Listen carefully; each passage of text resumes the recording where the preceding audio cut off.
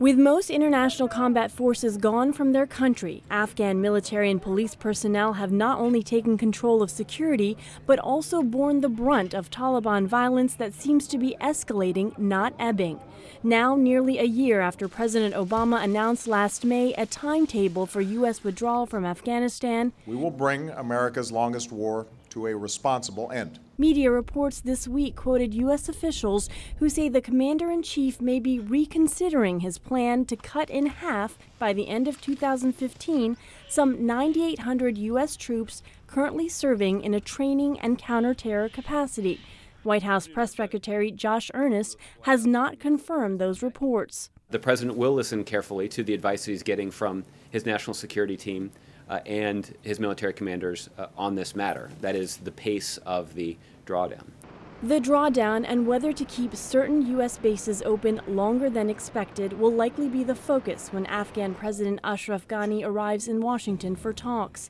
This will be Mr. Ghani's first visit since taking power, succeeding former President Hamid Karzai, who left office refusing to sign a bilateral security agreement with the United States. President Ghani immediately signed the deal, lifted a Karzai ban on night raids, and has pledged economic, electoral, and security reforms. Arti Ganasekharan with the Center for American Progress says the talks, while focused on security and economic issues, will also be an opportunity for both nations to re-energize their commitment to each other.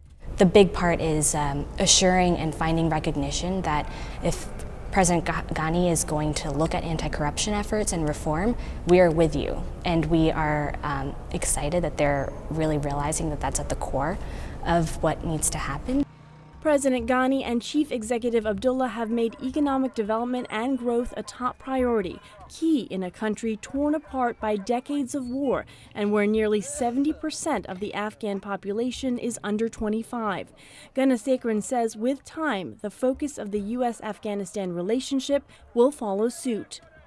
We will very much transition from a security lens perspective to the econ development piece especially.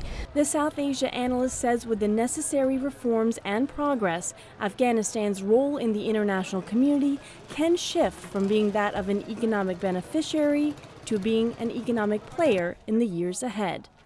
Aru Pande, VOA News, the White House.